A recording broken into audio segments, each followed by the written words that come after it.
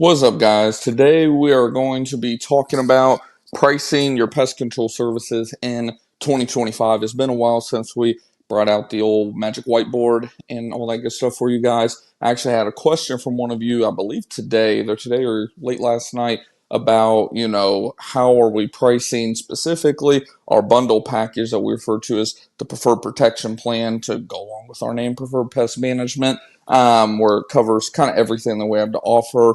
Essentially, there might be one or two things left out, but just covers everything. We're going out there every month doing something, and you all were asking about that plan specifically. We're going to get into the updated pricing of that plan with my classic chicken scratch handwriting, and of course, answer any questions that you all have. Speaking of which, I see we have a question right out of the gate from Mr. Brandon Hunter. Good evening to you, and shout out to you all for showing up on a Sunday evening, by the way. Just shows your all's dedication, and hopefully you all get some value out of this evening. And if you do, all I ask is do me a favor and smash the thumbs up and share it with somebody. But you said, are you flexible with your pricing in order to get customers to sign the contract? Many large companies do this. Yes and no. Now, if you're gonna do this, what I suggest doing is obviously starting higher, because obviously if you're already kind of starting lower because you're going in with that mindset of we want to close the sale, want to close the customer, that is, then you're already giving yourself very minimal room to work with if you do that. So if you're already kind of going in with that mindset that you are going to negotiate, obviously start $5 to $10 a month higher. That way you got some wiggle room to come down. Usually what I will do is, because we offer better pricing if they decide to pay for the year up front, is I'll tell them the monthly price first, and then I'll be like, and most people want to save money. So how it's a win-win for us and you is, if you do decide to pay for the year up front, we get rid of the initial fee. So instead of it being $99, $129, $149, whatever the case may be, for us to come out and get started, and then your monthly rate, we just simply do your monthly rate from day one. We multiply it over 12 months, and that's your yearly rate. So you're saving on average about, depending again on the customer, about $100 to $150 over that first year. So that's how we tend to do it. In terms of coming down on like our monthly recurring price and things of that nature to close the sale, not very common at all. We sell the value really hard, and we go in knowing that, hey, we're only expected to close 40%. If we hit 50 or higher, that's awesome. If we start hitting north of like 60%, I know there's a good chance that our price needs to go up, which actually just happened recently. I'll get into our updated pricing of 2025 back here, like I said just a minute ago, because we actually just over the weekend started raising prices for 2025. I hadn't raised any prices really since late 21, I would say. Actually, no, summer of 21. And yeah, just after crunching some numbers, comparing to, again, I always like to compare to at least 3 to 5 competitors. Some people say 10, some say as many as possible. I just compare 3 to 5 of my largest competitors, and then I'll usually look at one of the lower, one-man shows, and then I'll, make my pricing from there. So that is what we did recently, and it was a good time to do so because we had an issue with GorillaDesk, which I'll talk about in a whole nother video for you guys, because that's a whole nother topic here. But yeah, hopefully that answers your question, Brandon. Shout out some of y'all in the chat here too. Freddie, what's up? Feeling the Wolverine look. Yeah, and believe it or not, I think some of it's the lighting, because I'm in a different setup than usual. I'm in the kitchen here tonight, and I got my lighting kind of overhead, so I think some of it is some silhouette action going. But no, believe it or not, I actually just shaved a little, or trimmed up a little bit. But yeah, awesome to see y'all in here. I see we got about a dozen of y'all in here so far. Like I said, and if you're new to and tuning in for the first time and just wondering, who the heck is this guy popping up on my feed? My name is Griffin Thomas. I own the company right here, Preferred Pest Management, in the Dallas, Texas area. We've been in business for about 5 years. I just essentially document my entire business journey for you guys, the good, the bad, the ugly. So if any of that interests you, anything you might be able to learn something to save you some time, money, and headaches, definitely subscribe if you haven't already. Bug Out Pest and Termite, or Termite and Pest, says, what's up? Bino says, hey, Griffin, Kit's here. I noticed you did not list, let's see, I noticed, where'd it go? There we go. I noticed you did not list the pest you treat on your new truck. Is there a reason, since I know sometimes customers ask me? I mean, in short, because we don't have a camper shell on that bad boy right now. Very much so debating on getting one in the near future, but just not enough room. And I'm not, because when it comes to advertising, especially when it comes to visual advertising, you don't want to overload it with just tons of words. You want to kind of keep it short and sweet. I think of it like how you think about like Facebook ads, Instagram ads, things of that nature. Any visual ad, you usually, I mean, even YouTube, for example, when you're scrolling through YouTube and you're looking at the thumbnails, you don't see the full title and description and all that in that, right? You just see, 2 to 5 words in most cases, and then most of it's picture from there. So hopefully that kind of makes sense. But yeah, if we end up adding that shell over top of it, we'll probably add some of that on the side too. I raised my initial this year, probably way cheaper than most, but need to grow. What's your basic prepay for monthly versus yearly? So yeah, that's actually a good question. We'll just kind of start with that and just dive right in. I'm recovering from, I don't know if it's allergies or what. Down here in Texas, we had like a freaking dust storm. I just had to clean off the trucks today from it. And man, my throat's been hurting the last couple days. So you were asking about, what's the difference in terms of that. So in short, let's just say that, this is a quarterly service example. I'll back up here just a little bit. My mic issue is not ideal today, but we were having microphone issues, which is why we started so late. So we're just going to say that this is a quarterly service, pretty standard home that, is probably 2,000, maybe 3,000 at the most square feet. So what we would normally do right now, we are running what I consider a promotional offer where it's like, say, was it $79 to get started. So say that, every home practically is $79 to get started. And then we're doing a bare minimum of $39 per month. And our average is around 45. As a matter of fact, 39 is the minimum now. It is our new minimum, I should say. Now, don't get me wrong. If we run into like a townhome, a very unique situation where it's very small, it's going to take us like 5 or 10 minutes to do the treatment, we'll drop that as low as $35. But for the most part, 39 is the new standard. So we multiply that out over 11 months. That comes out to what, let me see, 390 plus another 39 is, let's see, 399, that'd be what, 329, 338. So what is my math wrong? Actually 428, and then somewhere around $500, right? We'll just round for an easy number. I think my math might be wrong. I don't have a calculator right now. But we'll just say it's $500 roughly, because I know 40 times 11 would be 440. So yeah, it's right around $500, right? So essentially what we're doing though is we're getting rid of that if they pay for the year up front. And if they pay for the year up front, what we just do is we take the $39 times 12 months, and then, that's their new rate, which is what, 390 plus 78 is like, it's like 468, something like that. So, I mean, it's not incredible savings in that example because, again, this is like the lowest customer in terms of like basic starter pricing. But if you start expanding that into, say, 50 a month, 55 a month, 49 a month, whatever the case may be, you can see how that savings, or what am I trying to say here? I was thinking backwards, actually. If this number is higher, because like we said, we're running a special right now. 508, yeah, shout out Freddie, that was 508. I knew it was pretty close, like 500, 509, something like that. But once this number is a lot higher, that is where, they see the savings. So a lot of it is with how you word it. If we can tell that somebody is coming from the Google ad, that $79 offer, what we'll do is we will actually hit them. Like I said, we don't bring up the yearly first. We bring up the monthly. We'll say, to get started is 129, 149, whatever the case may be. Again, every property is different to a degree. But like we said, imagine that number is 149 and then say 49 a month versus, hey, we can get you started for, just that total price, the 49 times 12. You're done for the year. You have one payment. You're good for the full year. You get your 4 treatments. you get your warranty, all of that good stuff, and then after that, you're saving what comes out to what, like right at $100 in that case of the 149. So, yeah. Hopefully that kind of makes sense from that standpoint. Let me see.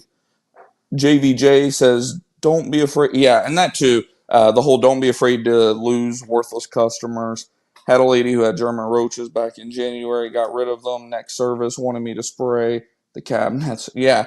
Um, yeah, and we do German roaches totally different. Like what we'll do for a German roach client specifically is we'll say, hey, we're going to set you up on a 3 treatment plan over a period of about 6 to 8 weeks. Usually 6 is the plan for the most part, but scheduling sometimes can push it to 7 or 8. But we'll go ahead and we'll set you up on a 3 treatment plan over a period of that 6 to 8 weeks. And then if for some reason you need additional treatment, which doesn't really happen ever, but if, we've all had those German roach issues where, if the customer's not helping us help them type of thing, it can take longer. Then we'll address it from there. But what we'll do is we'll say, you can either pay as you go on that 3 treatment plan. It's going to be on average about $249 per treatment, or you can pay for those 3 treatments up front for it's like $595, something like that. And again, that's starting at, and then from there we try to convert them to quarterly pest control going forward. We'll be like, hey, by the way, now that we got rid of these, we usually don't cover them for most people because they aren't imported pests. But since we already got rid of the ones that we know exist here, we'll go ahead and cover them along with your other general pest. And to get converted to that is only an additional $45 to get started, and then $45 a month going forward. How does that sound? Because from there, all we need to do is treat around the outside real quick, bounce, and then we're good to go. And then we get that monthly recurring income from that. In that example. So yeah, German roaches, when it comes to that pricing, that is a totally different ball game. But if you do it properly, similar to exclusion services and things of that nature, you can set yourself up for recurring income as well. A lot of companies, for whatever reason, will cover the German roaches under their general pest plan, and they'll go out there and treat it like a general pest, and then they wonder why the customer's calling them back every 1 to 3 weeks over and over and over and over. I had this when I worked at Terminex back in 2018, 2019, etc. And I never understood why until I got out here on my own and just started learning from experience. I was like, wait a minute, you need to treat them like this. It's not like general pests. And now that we have been doing that for years, that's just the standard.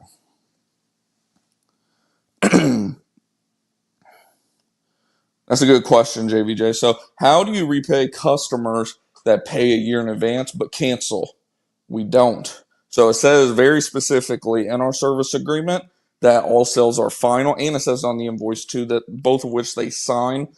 It says all sales are final, and it says that you understand that this is for a 12-month agreement. You can cancel after that 12-month agreement within 30 days of the renewal. Otherwise, your renewal will renew monthly after your first year on a month-to-month basis. And again, you can give us a 30-day notice in terms of canceling that. But, I've only had to refund somebody once ever, and that was she swears up and down it was like a my bad. I looked through everything and I was like, I think you're full of shit, but okay. I just didn't want to like deal with like bad review, this and that and the other. So I kind of caved to a degree. Like what happened was I went out to do her next yearly, her first service on the next year. I let her know, hey, by the way, this is your renewal, just to make sure you're aware. Are we good to go? I swear up and down she said yes. But then like 3 weeks after the yearly invoice went through, she like emailed me throwing a fit about it, and I was like, well, I already did one service of it. Like once I explained it to her, and I was like, look, I'm not refunding you sales tax because I paid that for last month already, so I'm not refunding you on the sales tax for the year. I'm not refunding you obviously for the service that was already completed. Like I ended up only refunding her, pretty much that difference, which again, I was being nice about it. I did not have to do that, but you know, sometimes you just do what you got to do to protect that reputation a little bit. And then let's see, what else were we talking about? So we already discussed kind of, you know, the pricing in terms of $79 offer. Now, back to the original question that got this live chat going in the first place, this live stream, you know, our classic preferred protection plan. So the preferred protection plan, that's the plan, of course, which if you haven't seen it, I'll try to remember to link it, you know, either at the end of the video if you're watching after the fact or in the description box, you know, once I finish up the live today. But I did a whole video about how the preferred protection plan works, where, you know, you're taking care of the general pests, the mosquitoes, termite control with like Gartrolona setup, rodent boxes. It's like pretty much everything that we have to offer. Not a commercial plan whatsoever, strictly residential.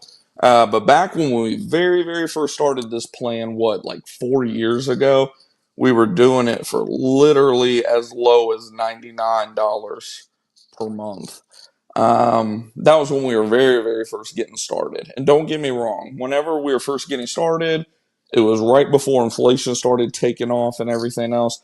And again, this was kind of the pretty much the starting price, if that makes sense. Our average at the time was right around like 120 on that plan. So, you know, if I were to put like a range on it, it was like we had them as low as 99 a month. We had them as high as, you know, somewhere around like 189 a month, I would say.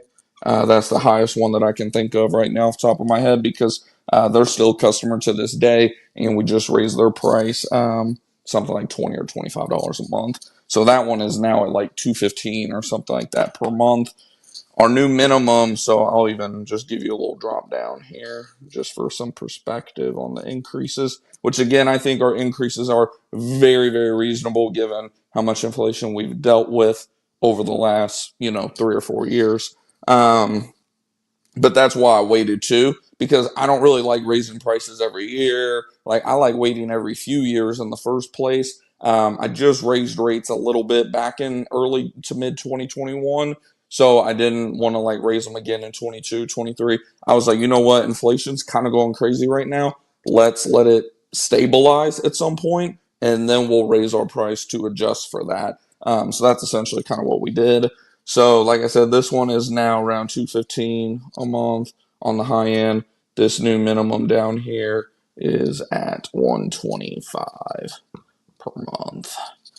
And again, that's like bare bones in terms of like it requires very minimal rodent stations. We're talking like 2 rodent boxes. We're probably talking less than 12 Trelona stations.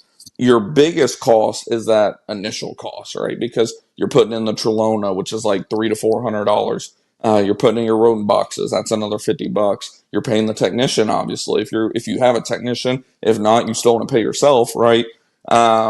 You know, you just got all the expenses going into that first service. Now, I should be clear, this is the monthly rate. This is not the initial rate. Initial rate, we will play around a lot with this number. It is truly a case by case scenario. I mean, we'll have some where we will literally start them off from that price day one. Then we'll have others where we, you know, multiply it times 3 or, you know, times 5. Same thing down here, you know, multiply it, usually no more than 3 in this case. So, you know, you're talking roughly, you know, 475 to what, $700 roughly. Again, barely covering your expenses in most cases by doing that. But similar to whenever we're advertising, we know that we're not going to make money day one. We know that we're making money over the long haul. And these people here, they never cancel. I've had one cancel, and that was after raising the rates back in 2021 because he signed up like when I first started the business. He got on actually for what was it, 89 a month, as a matter of fact, because like I said, that was like he was like the first or second that ever signed up for it, and I did the math, and I was like 89, that's just not enough. But point being, when you have people sign up for this, these are people that are going to be very, very, very loyal customers as long as you do your freaking job as the company, because they got just so many eggs in your basket that they don't want to go through all the work of having somebody else come out and do all that shit again, have a bunch of holes in the, because we come and take everything. We take our rodent boxes back, we take our termite stations back, like it's in the contract, like we take everything back. So, having those little holes in the ground, some people are like, oh, you should fill the holes. No, again, it's all in the contract. I know there'll be people in there saying you're opening yourself up to a liability. You know, it depends on your state too. That's another thing. God bless Texas. But yeah. So that's kind of our updated pricing on our preferred protection plan. And again, I should add too, like, don't think that because that is my current pricing, that means you should price it like that. Like, there's some of you all in these crazy commie states, like California, New York, so on, that, you have the state income tax, you have all these different taxes, just everything costs more. You're going to have to charge more, obviously. Like, I get comments fairly often about, like, how, with all the growth Texas has had, how are your services still priced at where they're at in terms of affordability? And I'm like, well, because just the market's better. It's not that, more people are coming means everything's going up. Sure, like cost of homes and things like that have gone up. But in terms of like our products and things of that nature, none of that's really like, we don't have the, not to get political, we don't have the liberal policies at the end of the day that are just skyrocketing, like overall living and chemical cost and things of that nature. So, obviously price accordingly, still do cost analysis, do all this, but I wanted to just address that because like I said, I had that comment specifically and I was like, man, it has been like 2 or 3 years since I did a video on that. So I wanted to at least dive into the preferred protection plan a little bit for you guys this evening. But I'm going to take a very, very quick drink break. Nothing like the break from the other day where our camera went out for a little bit. I have my drink right here. I'm going to take probably like 1 minute real quick. If you all have any other questions, I see we got a couple already, but if you have any other questions too, doesn't even have to be about the subject at this point, just anything, business related or anything like that, drop it in the chat and I'll be right back here in just a second if I can find our amazing little commercial break. I will be right back. Anyone know what's on page 10 of search results? SEMrush can help you get found online. Try it too? Optimize your website, create content that ranks, and earn backlinks. Rank higher with SEMrush.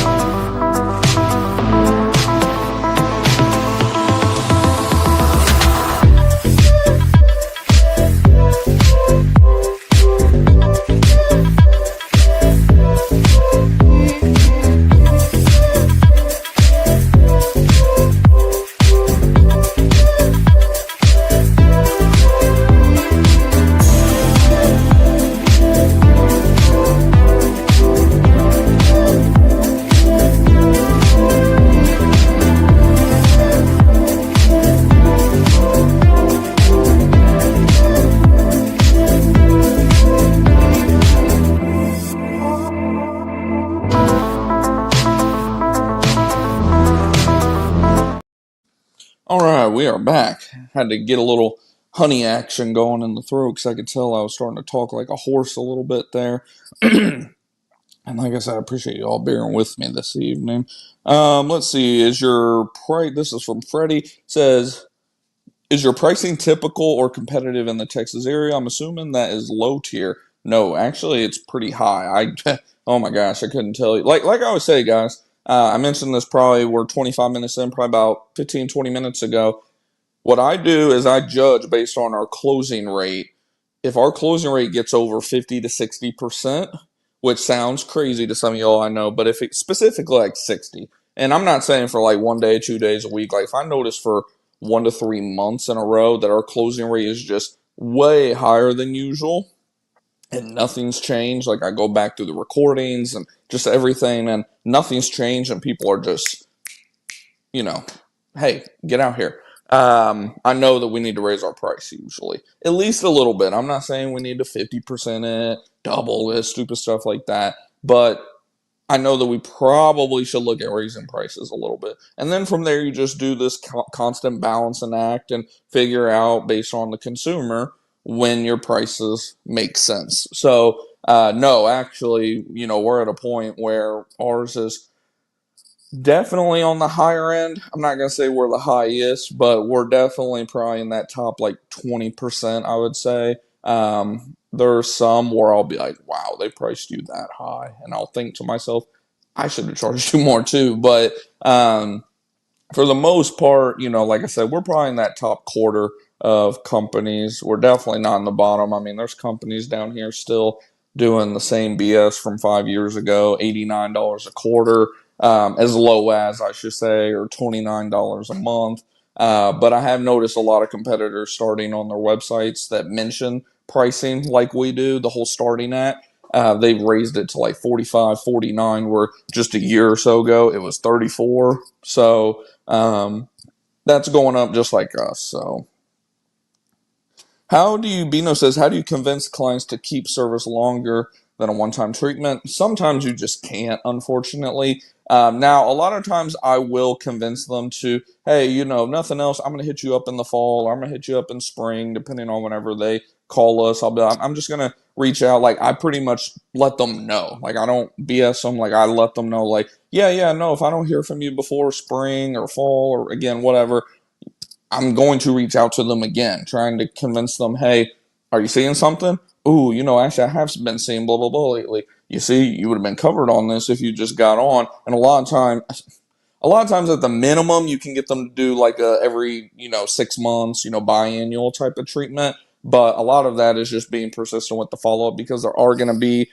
those customers that just prefer one time treatments. They want the control. They don't want to have a contract, anything like that. So you got to be a little bit more creative with those type of customers. That's what kills me about a lot of companies. I'll get calls all the time. Do you guys do one-time services? And I'm like, why the fuck wouldn't? Sorry, I didn't mean to cuss. Why wouldn't we? Why wouldn't we do a one-time service? Like, we're not gonna take your money. Like, that's just stupid. Like, I'm not worried about making money on you today. I'm gonna make money on you on the back end. I've had customers who, I hit up every 6 to 12 months that literally 2 years down the road, or even three in some cases, hit us up and are like, hey, I remember you all. I had your number still saved. I had our messages from where you reached out to me 6 months, 12 months, however many months ago. When can you come out? Prime example, we just did a termite treatment it was Monday or Tuesday. Quoted this woman like 2.5 years ago, did one other service for her, and out of the blue, she hits me up, hey, I got to get rid of these termites. I'm starting to see the swarmers already. And I was like, who the hell are you? Like, I had to go back and like find her because like it had been so long. But like I said, whenever you just stay persistent with following up and all that stuff that I believe I talked about in the last live stream or video, I don't remember what it was, but just being creative and having a relentless follow-up program will help you all so much. Let's see. Freddie had responded to and said, transparency with findings and professional opinion on how long until problem is. Yeah, that too. Oh my gosh, yeah, especially if it's like a rodent. Like, that is one thing I'll tell people, like, if you want a one-time service for like rodents, for example, you need to get an exclusion service, and even that, it's not going to be a one-time thing. We're still going to do at least one follow-up. Every situation is different, but yeah. I'm not going to say there aren't customers. We'll flat out tell them, no, we can't do a one-time service there. But like in terms of general pests, for the most part, we'll be like, absolutely. Now, To be fair, you're not going to get a warranty with it, or you know, you can get a 30-day warranty, whatever the case may be. But you know, like we said, there's still a lot that can be tapped in there with those one-time services. I just saw your comment that said pluck in New York, but love New York. You know, I've never been to New York. The furthest northeast I've been is Pittsburgh, Pennsylvania. I know it's not too far from you all, but I've been in every state pretty much to the east, outside of the far northeast. Let's see.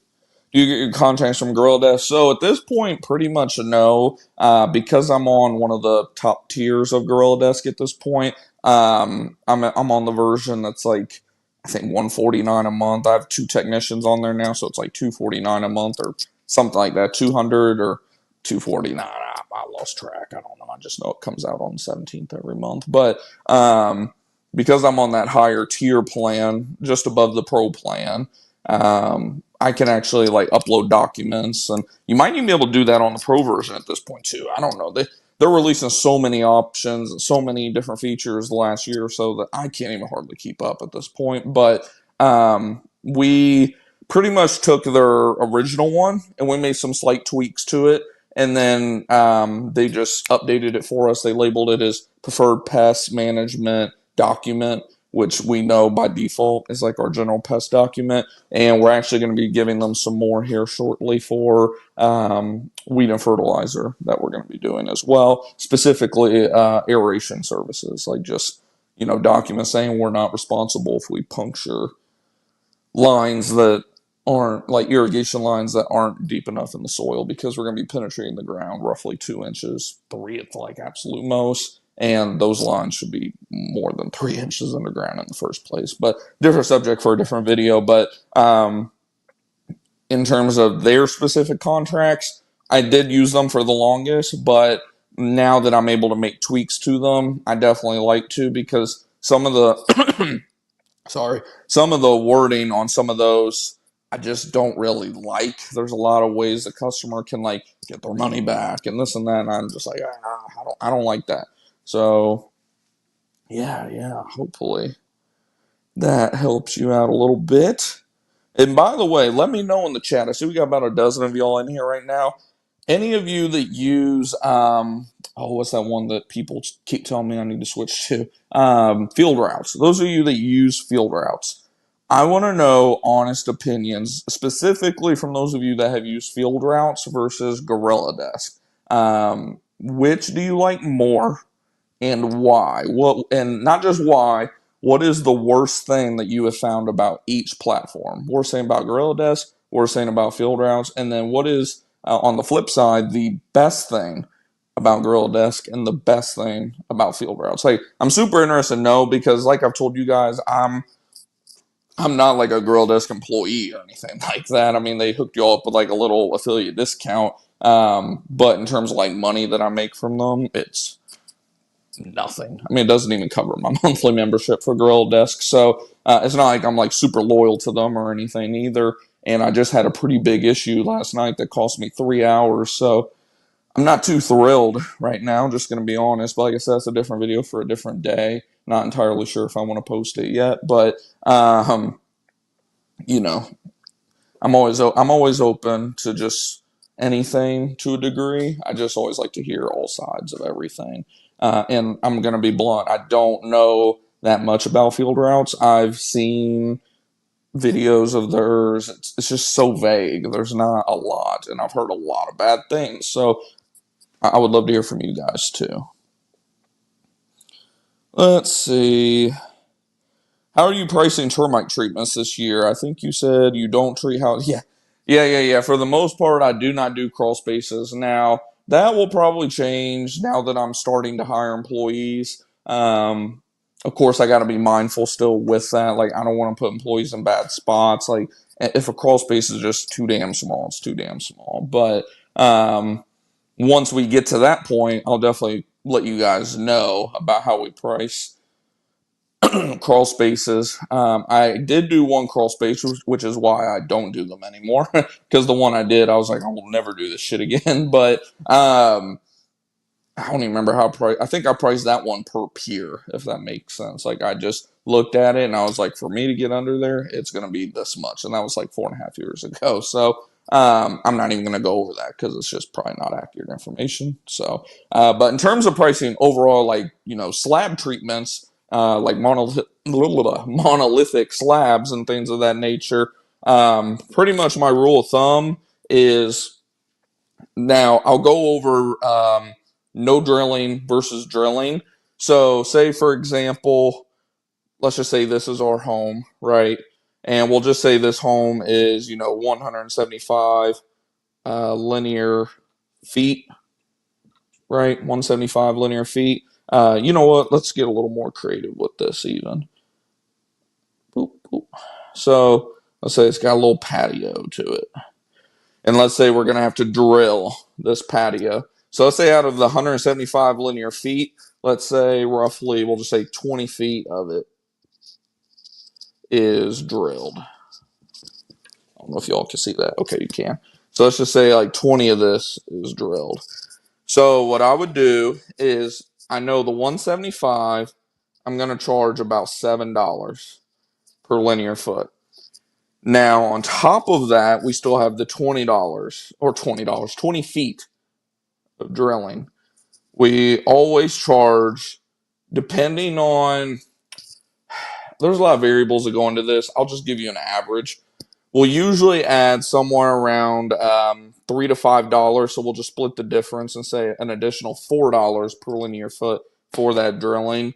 And again, we use Termite HE. So with that, we're drilling every 18 inches. If for some reason you're using Termite SC, I don't know why you are in 2025, but let's just say you are, that number is actually 6 because we're doing more drilling. It's not because of the chemical or anything, it's just more time.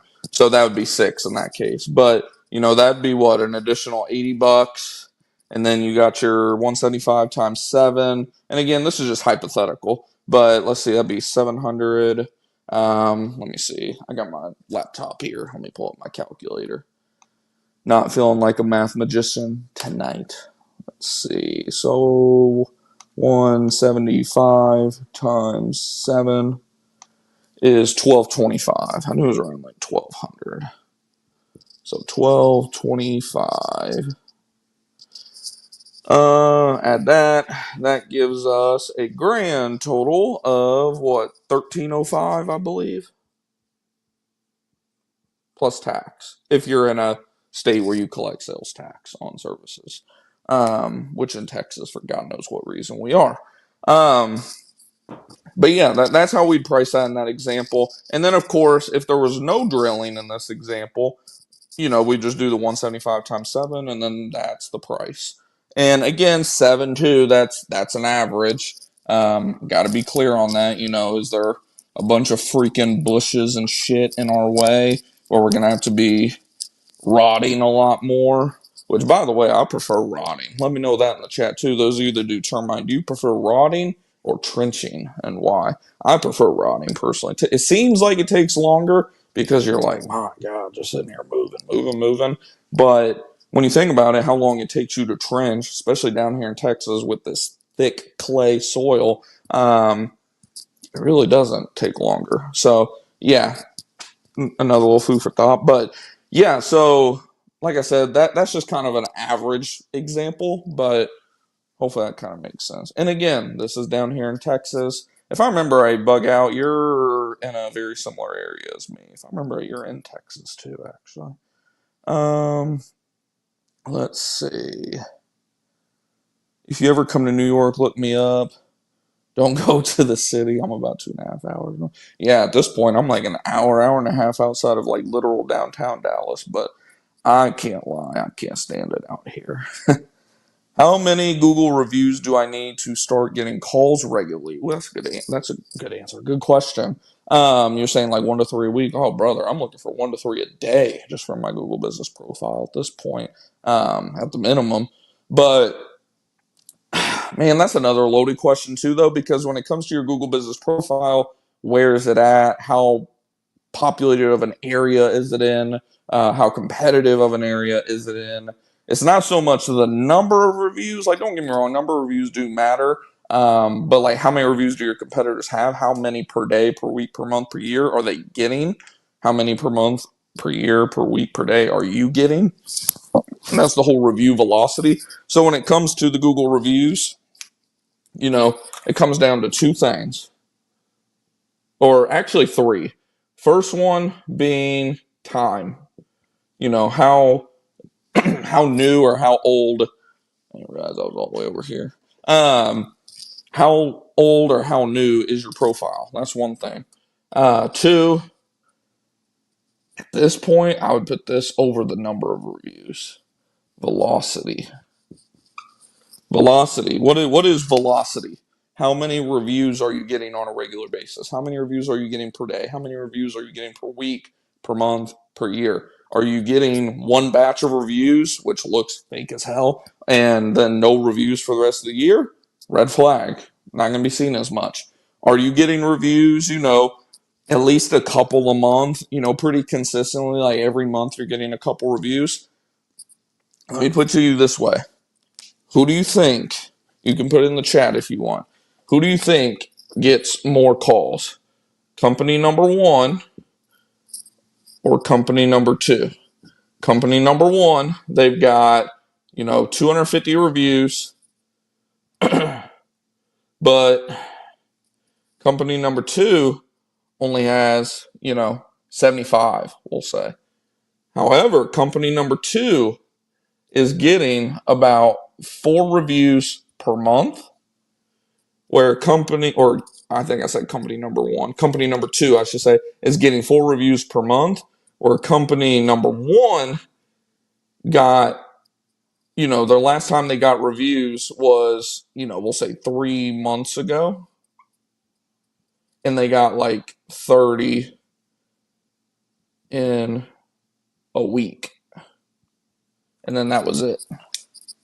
Oh, yeah, and by the way, in terms of the time, like how long they've been open, this company has been in business for 1 year. This company's been in business for 8. So let's go over this again. Company number one, been in business 8 years, has 250 reviews. Their last review was 3 months ago, and they got 30 in 1 week.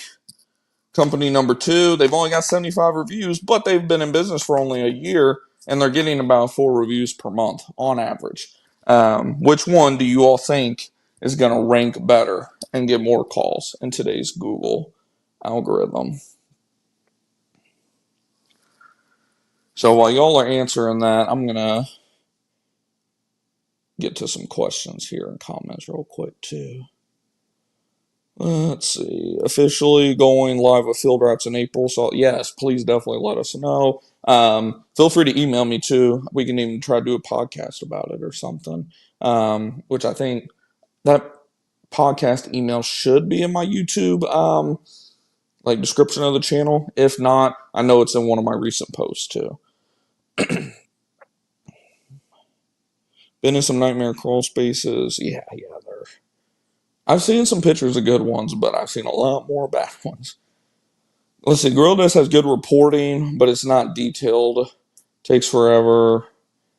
Yeah, I get what you mean there. Yeah, that definitely makes sense too, Freddie. How's it going, Logan Shear, Bug Daddy? Hey, been watching your videos for a minute. Was with Big T, now with RT for 5 years.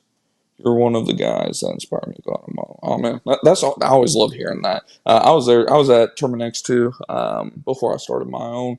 I always tell people, if you went to one of the bigger companies, you're going to be set up very, very good in terms of starting your business, because you learn a lot of what has to be done on the day to day, but you also learn some things where you're like, probably wouldn't do it that way. So it's awesome.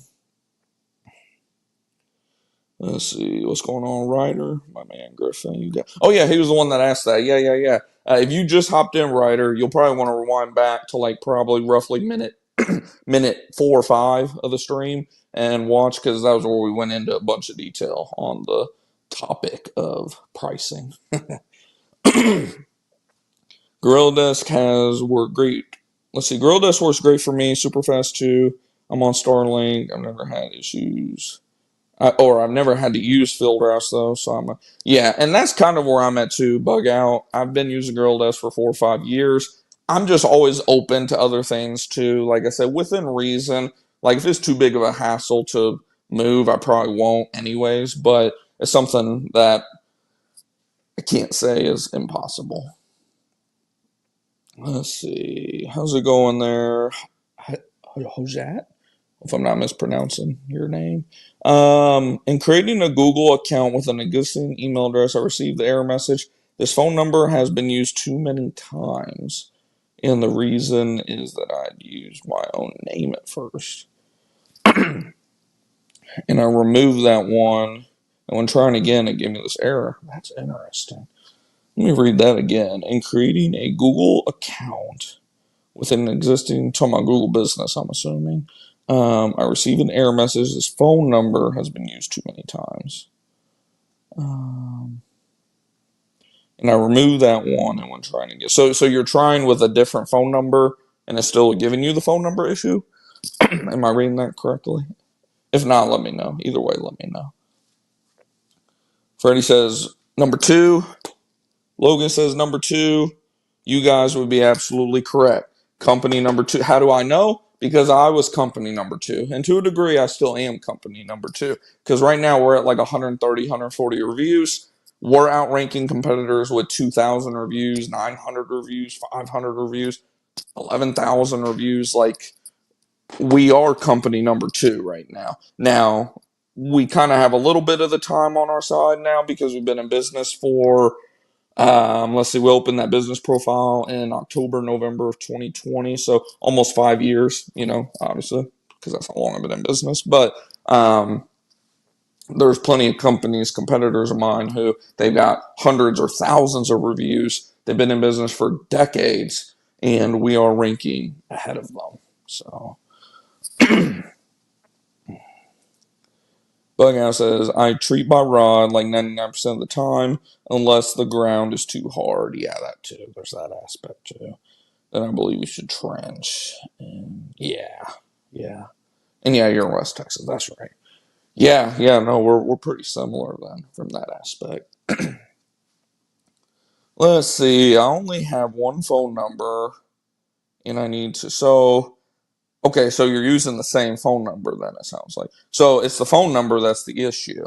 Um, if you need like a cheap phone number, what I would do is just get like a Google Voice phone number, see if that works. Just create like a Google Voice account, because from there you can even set up call forwarding to whatever number that you want to set it up to. But from what it sounds like the issue is they're, because you got to think. Say somebody went on Google, took my business phone number, and then went and tried to open up another business profile with that. Even if they were trying to use like my name, they could fraudulently try to use my name. It'd pretty much be like business identity theft, right? That's what they're trying to prevent. That's what it sounds like, at least. So the solution to that would be finding some other, like, kind of like a middleman phone number you could use. Hopefully that kind of makes sense. And like I said, that's if I'm understanding the situation correctly. If not, your next best bet is going into Google's business profile support. If you work through it enough, you'll eventually get to where it'll say contact us via, and it'll say either email or phone. Phone is the most ideal because you get a resolution right then and there. But even their email support, it's gotten a little bit better over the last couple of years. They get back to you pretty quickly. Originally from Cali. Oh, the big companies are going hard on Google Ads. I was on page 1 organically for a few times, but got knocked out because of spending hit. That is true. I've noticed my Google ad spend going up a lot in terms of CPCs the last week or two. We were getting away with paying $13 to $15 per click, occasionally 17. Now we're having to pay 20 to 30. There are some that are still in the 15 to 20, but 15 and below is gone right now. Yeah, I'm anxious to see my SEO update for this month too. Let's see, am I caught up on questions? I'm going to take one last break real quick. to get one more drink because I can tell I'm getting raspy again. Another minute roughly, and I'm going to make sure my wife's not almost home because I'm in the kitchen and I know my dogs will freak the F out if she gets home. So I'm going to take one last quick little break real quick, and we will go from there. Anyone know what's on page 10 of search results? SEMrush can help you get found online. Try it too? Optimize your website, create content that ranks, and earn backlinks. Rank higher with SEMrush.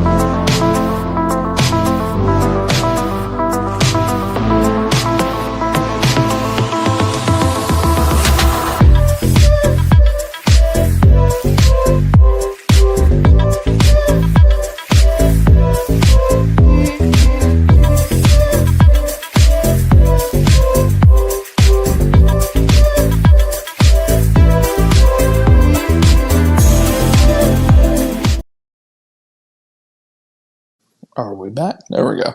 Awesome. So yeah, we are back, and we still got a little bit of time here. So if you guys have any questions, I'm getting my comments pulled back up here really quick. If you guys have any other, questions or anything like that, feel free to let me know. I know we've already been live for about an hour roughly now. So either way, we'll probably start wrapping up soon because I got to get my Z's so I can be up at 4 to 5 a.m. again. Let's see. Are you doing any print marketing flyers to grow this year? I'm going to experiment with instant quote door hangers. Binge watch. Oh, yeah, Gus Lawn. Yeah, I've seen some of his stuff too. Not a lot, but I've seen some of it in the past. One thing that we're doing is we did create some door hangers that I'm having myself and my technician pass out whenever we have some extra time, like in between stops. We're clovering and things of that nature. And it does have a QR code on there that will take them to a specific landing page. That way I will know when they submit a form or call us, because CallRail will let us know too, that they called and submitted the form, whatever the case may be, through that link, that landing page. So we are doing that. We're also going back to getting some yard signs, not like big ones, just like little ones, almost like, not like flags, but pretty much same size, like this with a QR code on it. Same thing there. That's as far as it goes in terms of that, though. We're not doing like, was it EDM, stuff like that, at least right now. That's a longer term, when we have, I would say, 10,000 a month, maybe five to 10,000 a month to actually spend on advertising on a monthly basis. That'll be when we do it. So we're probably looking at adding roughly another tech before doing that. But yeah. When you were with Big T, were you residential or commercial? I was residential, thankfully. I looked briefly at going to the commercial side, but I'm kind of glad I didn't. I kind of wish I did, at least briefly, just to learn a little bit more about the commercial side of things. I would have been a lot more prepared when I started my business. But that's why one thing I tell a lot of people is if you can afford the slight pay cut, because obviously residential techs get paid pretty well at Termite, or at least it used to.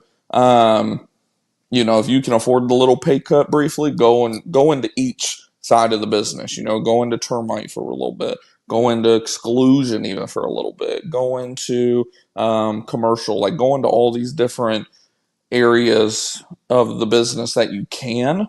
Now, obviously, a lot of times that will take time. Like, obviously, if you're trying to hop around every couple weeks, they're gonna be like, no. But you know, specifically focus on what you know you need to gain the most knowledge in. Like for me, I already knew about exclusion because I came from a construction background. They had me go with the exclusion team for a week or two when I first was in training, so I already knew enough to be dangerous about it, anyways. Same thing with termite.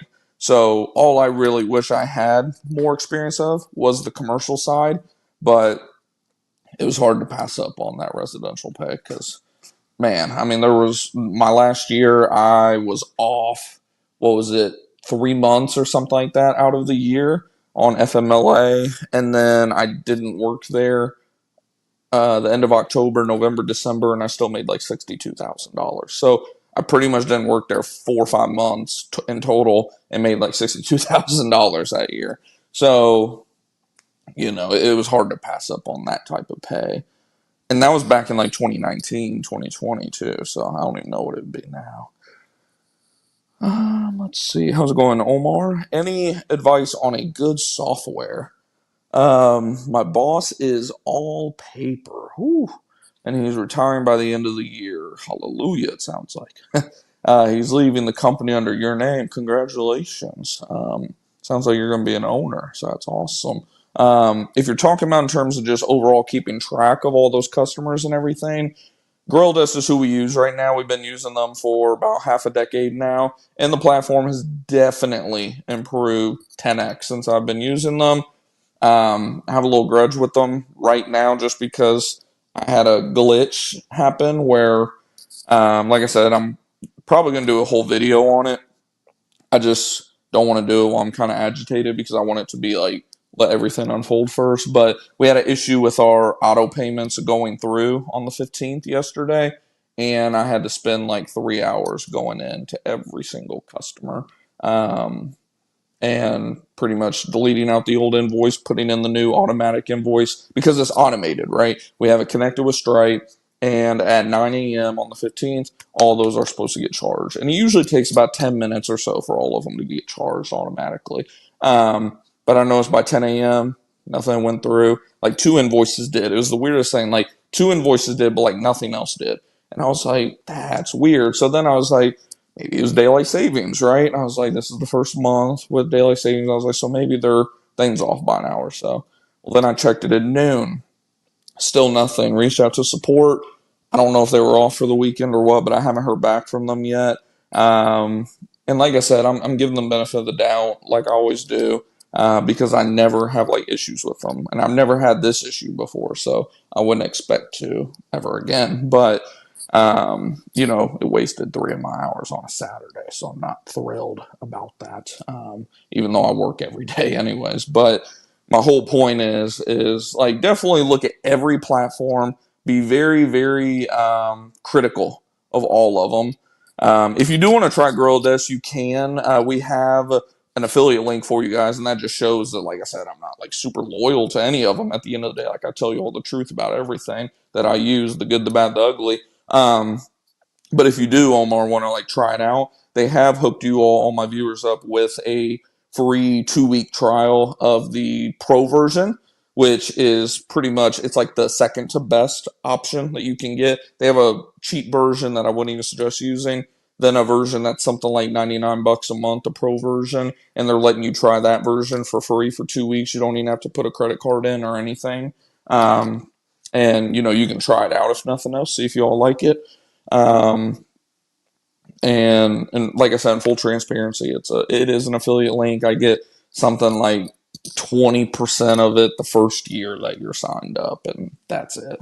Like I said, I don't even pay attention to it because it doesn't even cover my doesn't even cover my membership with how little I'm getting from them right now. But and that's why, like I said, I'm able to still be critical of them. Like when there's an issue, I call it out. Like I'm not gonna beat around the bush. Like if there's an issue and it needs to be solved. So, but like I said, that's just recent. I hadn't had an issue with them for at least a year or two since then. So I'm I'm a very easy person to work with. As long as you take care of me, we're good. So, and like I said, that's the only issue that we've had recently. Another one that people like apparently is field routes. That's why I was asking about field routes earlier from the viewers' perspective that use field routes.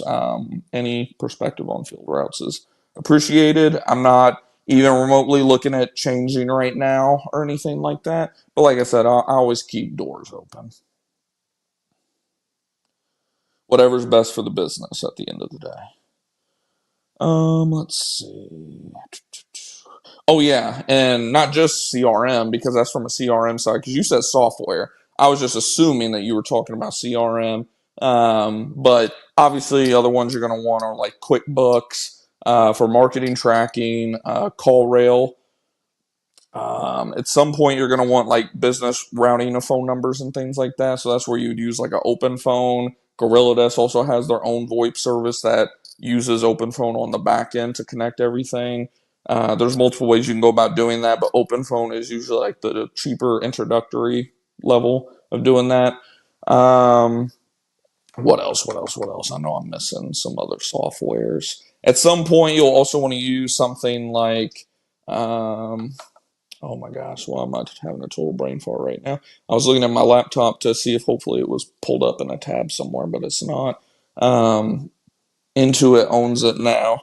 I keep wanting to say Pick Monkey, but it's not Pick Monkey. That's for pictures. Um, oh my gosh, I'm just having a total brain fart right now. But it's a marketing software to help send out email, text message marketing to current, past customers. You can like tag customers with different tags. That way, you can only send the emails or text to people under specific tags. Like this stuff goes so deep, guys. Like there's so much, and to be fair, like all the marketing ones that I'm talking about, you probably notice a lot of them that I'm mentioning are marketing. I'm very heavy on marketing and sales, specifically marketing. Um, like I took marketing courses and stuff like that, so I know a lot about just all the softwares to use to get the most out of your marketing dollars. But there's other softwares too. I could do a whole, maybe that's a video we should do at some point. I should do a video about, I know I did one like the top three softwares that you need, but I should probably do one of just every software that you need for your pest control business. That'd be a good idea for you guys. Let's see. I got one recurring customer from a radio ad. I might have to hit you up about the radio ad because that was one thing. Like I hear, I listen to everything. I listen to ads. I watch TV ads. Like I pay a lot of attention to ads because as a marketer, like we have to, see what's working, right? Like you don't need to recreate the wheel. Just do what other people are doing successfully and duplicate that. Don't copy it, but replicate that, like with your brand. Um, but I'm not gonna lie, radio ad, that's one thing that I thought was just not going to work. But if you got a recurring customer, that'd be interesting to hear about. Let's see, what's going on, Luis? I'm not getting any leads. Any leads from what? Like what have you been doing? Google Ads, your Google business profile? Um, like what efforts? Never did residential until now. That's crazy. I know a couple guys. I sold one of my trucks to a guy who they do virtually all commercial. Funny enough, I just seen that truck like a week or two ago too. Um, they haven't even labeled it, as a matter of fact. Like it's very strange, but hey, whatever makes them money, right? No problem, Omar. Did Bino said I did residential big T. Same here. Same here. Omar says technology is going to have issues at some point. Oh yeah, 100%. I'm guessing you're talking about Mailchimp. Yep. Mailchimp. Yeah, Mailchimp is what you're going to need in terms of that target marketing, in terms of text message, email. You can go in there and, like I said, create specific segments and tag customers, past customers. You can even tag them. Like I had one set up as like termite leads that didn't sell. I had a tag set up for rodent leads that didn't sell. Anything that didn't sell, like we had specific tags. I haven't used MailChimp in a while just because, not gonna lie, it's a lot of work, but I will probably start getting back into that too, just because it definitely pays for itself. It just takes a lot of work getting it started and getting the campaigns out and going. Um, but I remember when I last did it about a year or so ago, or a year and a half now, I had a couple of, again, one-time customers hit me up and want to do another service. So it's definitely worth it. There's so many marketing softwares out here.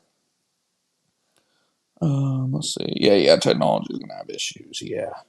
Yeah, I'm just not a fan of those issues. I use ServSuite. That's another one that I've heard of. I've used ServSuite when I was at a previous company. Did that for 11 years. They are not the best, and I was a service manager. The techs had it worse. Okay, so I will not be using them. It sounds like. Yeah, I've heard of that one too. Boo, boo, boo. Let's see what we got here. Brand awareness thing for sure. Over time, radio ads will pay off. She called off of an ad from October. How much did that cost, by the way? Just out of curiosity. And did they give you any numbers in terms of like overall impressions that you'll receive?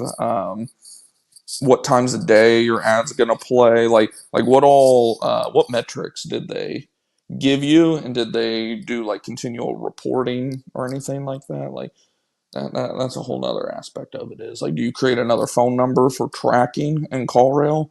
Like, how do you track it like that?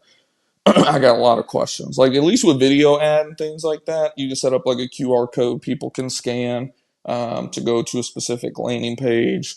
You can put a phone number on there from CallRail, like a specific marketing number. I guess with radio, you could at least do the phone number. But yeah, I'm very interested in what all goes into that.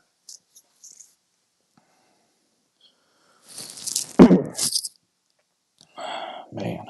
Thoughts on EDDM?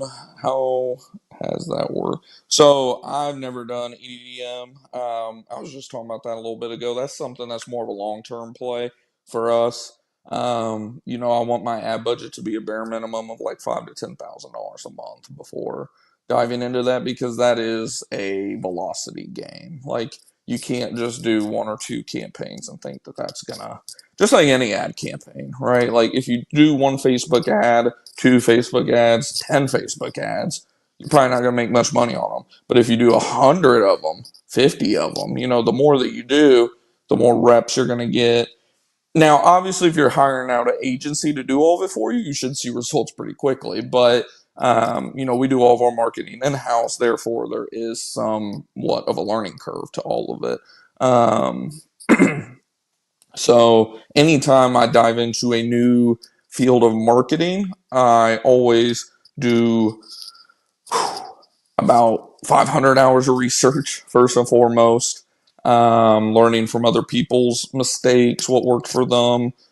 Again, you don't want to recreate the wheel. You want to find what's working, maybe put your own little spin on it and just replicate that, find out what works, and then double, triple, quadruple, 10x down on that. Until it doesn't work anymore. So that is something that hopefully, because like I said, we probably have one more technician on by the time we do that. I'm hoping probably by like next spring, maybe. We'll see. We'll see what happens. But we'll see what happens. How much do you charge for exterior service on a standard size house? I got told 100 is too. Oh man, for a one-time treatment, that's crazy. So standard size home, obviously that's going to depend on where you live. Standard size home here is like 2,000 square foot roughly. So, and if you scroll all the way back to like the beginning of the stream, we briefly kind of went over that, but I'll kind of just reiterate it just real quick. So, a 2,000 square foot home, if it's a one-time service with no warranty, by the way, that's going to be $149. If it comes with a warranty, it's going to be $189. Or no, $199 because it's $50. Sorry about that. See, I'm still adjusting to my prices that I raised this year. $199. No warranty, warranty. And again, that's a standard home. That's a 2,000 roughly, 1,800 probably 2,400, 2,500. at the most square foot home. But again, every situation is different. And like we said, obviously, ideally, we upsell them on the value of like, hey, you're going to pay 200 for one service with only a 30-day warranty. I can give you a warranty over 10x that size for another, 295 bucks, right? If you're selling the yearly, that is. Or on the flip side of that too, let's really break this down. I'm about to blow some minds up in here. Don't even bring up the no warranty option, by the way. You bring that up as your last ditch effort. So we say, all right, you want a one-time service? No problem. We're going to bang you over the head, $199 plus tax with only a 30-day warranty. By the way, I can get you started for only, this is if you're using our $79 promo, by the way. I can get you started for only $79 if you'll sign up with us for a year, and you're only going to pay $45 a month going forward. And that comes with a 365-day guarantee, Mrs. Jones. So, what seems like the better deal to you? Right off the bat, you're getting, if you were to multiply this out, you're getting 2 to 3x the value. And then, like we say, you're covered for 365 days. It's only going to cost you an additional $45 a month. Oh, you don't want a monthly payment? No problem. I can save you even more money because we're going to get rid of that. We're just going to take your $45 over 12 months for 50. What was that, 540, I think? So instead, now you're just going to pay me 540 one time at the time of the first service. I know that probably looks like shit. 540 time of the first service, you're still covered for 365 days. So for just over, this is where you get kind of stupid with the math. You act kind of slow. You're like, so for just over double the price of the 30-day warranty one service, you're getting 4 services for just over double the price. Obviously, it's closer to 3x the price, but for just over double the price, you're getting 4x the treatments and you're getting 12x the warranty coverage. It's all with the wording at the end of the day. How do you package up the Christmas gift? And that's how she goes. That's the most basic example. But yeah, if someone tells you $100 is too much for a one-time treatment, man, hang up on them. No, I'm just kidding. Don't hang up on them. But just, kind of chuckle and be like, if that's too much for you, then we're probably not the right company for you. Because we don't do it for 100, we do it for 199, bitch. Let's see. Another way that I like wording that, because obviously you're not going to call them a bitch, but another thing that I like saying is when someone's like, "Oh man, such and such, they'll do it for less. $100, that's too much." I'm like, $100 is too much. I got somebody who I just got a phone with who's paying more. What's the comeback to that? Because that customer's not going with you anyways. So, let's see. Just starting up my business. What's a good target to keep the fixed admin expenses? Ooh, buddy. Thinking like $100 a month for GorillaDesk. QuickBooks. You're talking about like the software side? Shit. GorillaDesk alone is going to be a minimum of $100 a month. QuickBooks, the version I'm paying for, is close to that as well. Something like 70 to 100 a month. I pay $400 a month for SEO, which is like bare minimum that you're going to get because I do a lot of it myself still. In terms of just overall month to month operational expense, in terms of software, running the website, because I host the website myself too, just all the website expenses, if I were to average that all out, call rails 120 a month for how many phone numbers we have. Oh man, if I were to average all that out, it's about $700 to $1,000 a month.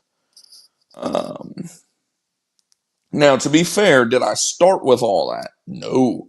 What I started with was actually, I didn't even start with GorillaDesk. I used GorillaDesk after like 1 month of being in business because my whole thing is what I like to call proof of concept, which means I want to see that, hey, this business venture, be it a whole new business, be it a division in a business, whatever the case may be, vertical integration, doesn't matter. Anything that's new business wise, I love seeing proof of concept before we just dive in and go crazy at it. So, what I started out with was Square appointments because it was free, $0 a month. Um, what else? I had a Square website that was free because I had the Square whole. Well, it wasn't really free, but it came out to like. Um, I'm just gonna draw Square because I forgot to put Square first. Square website. It came out to we'll just call it something like $10 a month. I mean, it was. I paid for it for like a whole year. Ended up getting rid of it after a few months, but $10 a month. I did pay for QuickBooks day one, but when you sign up for QuickBooks, you get like 3 months or something like that for something stupid, like $15 or something like that. Because let's be real, if you can't afford QuickBooks after 3 months, the 50, 100, whatever it is, I mean, good luck. Just gonna be honest. What else? I paid for insurance at the beginning up front, so I'm not going to include that. And we're just including like overall, just like software and admin type costs. What else? I feel like I'm missing something. I think that's pretty much it. So, I mean, that at the very, very, very beginning, staying super lean, $25 a month. Why? Because over here, I was putting 1,000 a month into marketing, specifically Google local service ads. Um, and then once, like I said, we had our proof of concept that holy shit, we're actually making money. This is going to work. We're not gonna live under a bridge. once that unfolded, I quickly started leveling up to the GorillaDesk, to this, to that, like very quickly. Let's see. What percentage do you think is reasonable to assume for marketing spend? Um, I'm a little different than everybody when it comes to marketing because if you try to do it based on percentages, because a lot of times when you're doing it based on percentages, you're saying in relevance to sales, right? So when you're first starting and you got no sales, so what, you're not going to spend anything on marketing? Like, no, obviously. So, like, my whole thing with marketing is I need to make my money back in no more than about 90 days. So, say I pay, this is roughly our average cost per acquisition um, whenever we're paying for ads, I should say. So if my average acquisition cost is $200, that means that I need to make this back in 90 days or less. Ideally 30 days, to be honest. So it doesn't matter what I need to sell them. Either way, I need my marketing to fund itself. Does that make sense? Like when you're first getting started. Um, Now, obviously, like at some point, you get so damn big, like you can only spend so much money on marketing at the end of the day, or can you?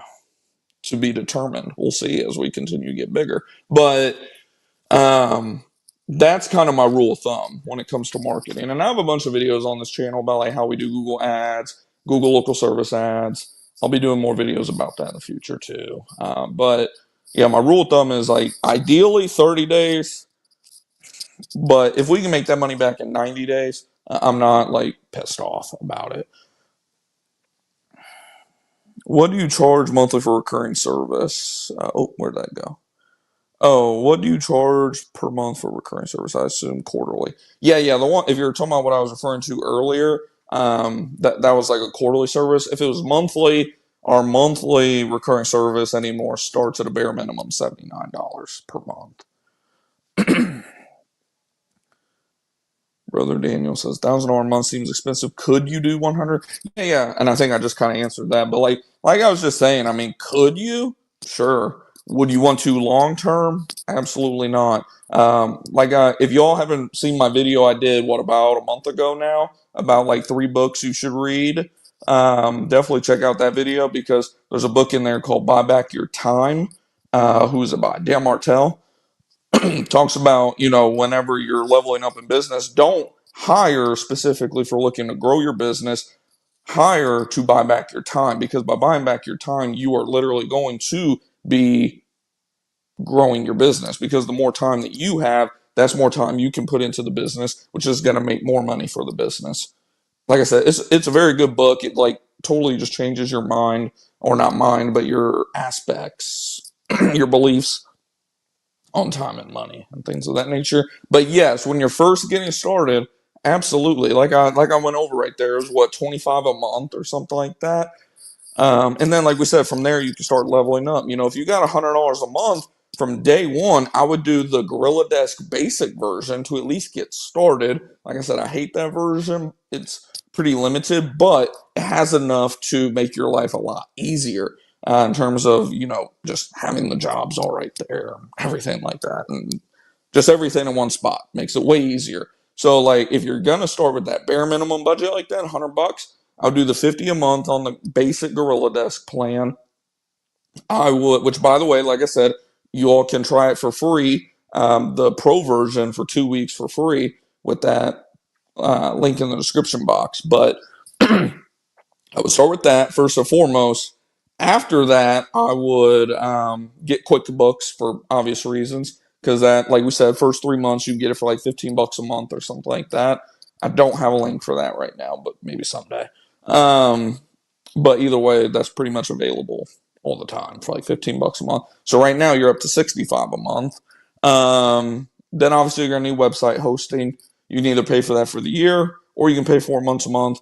Usually, depending on how advanced you're going to get with your website, if you're starting with a very basic one, which again, if you're starting on $100 a month, that's what you're going to have to do. You're looking at $10 to $50 a month. So at that point, you're talking $75 to $115 a month. So there you go. You can at least get started. But like I said, can you do it long term and actually grow into a multi-million-dollar business, or even multiple six-figure business? Absolutely not. Let's see.